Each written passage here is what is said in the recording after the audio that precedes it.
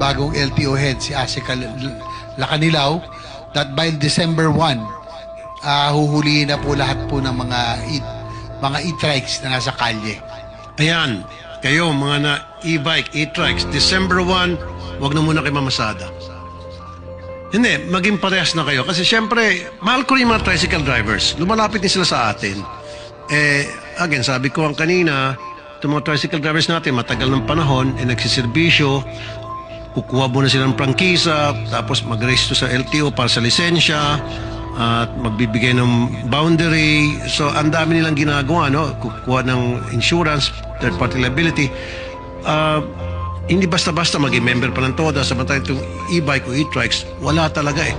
Tapos ngayon, pag nagka-disgrasya o gumawa ng violation,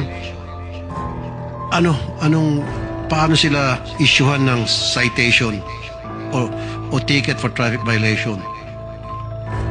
Sino, okay, matanong ko lang, ngayon kasi December 1st, yung mga in the past and then in the coming days until December 1st, pag nagkaroon ng violation ang isang e-bike driver, sino ang magtitiket sa kanila at ano ang ticket na matatanggap nila? Wala naman silang driver's license, karamihan sa kanila. So ano ipapakita nila doon sa apprehending officer?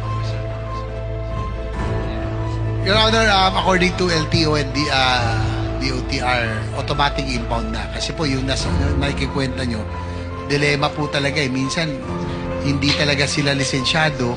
Minsan, mga nanay-nanay pa ho nagdadrive. May mga kasamang mga anak na delikado, very light. So, yun po ang sabi ng LTO from now on. Talagang dapat po, pag nasa main thoroughfare especially, talagang automatic impound na po nila. Yun. Again, ulitin ko, wala akong problema doon sa e-bike o e-trike. Siguro sa loob ng subdivision, why not? Pero once na humalo ka na doon sa mga regular traffic, meaning sa mga kalsada na nandun yung mga heavy, light, and medium vehicles, dapat wag na silang pumunta doon. So starting December 1, ito'y para malaman ng lahat ng mga e-bike operator o driver o e-trike, whatever you call them, then by December 1, wag na. Tama po, basta po, main thoroughfares, bawal na po talaga sila. Dahil siguro bibigyan natin ng leeway sa barangay o kaya sa mga subdivisions. Pero sa main thoroughfare ay talagang hindi na po sila papayagan.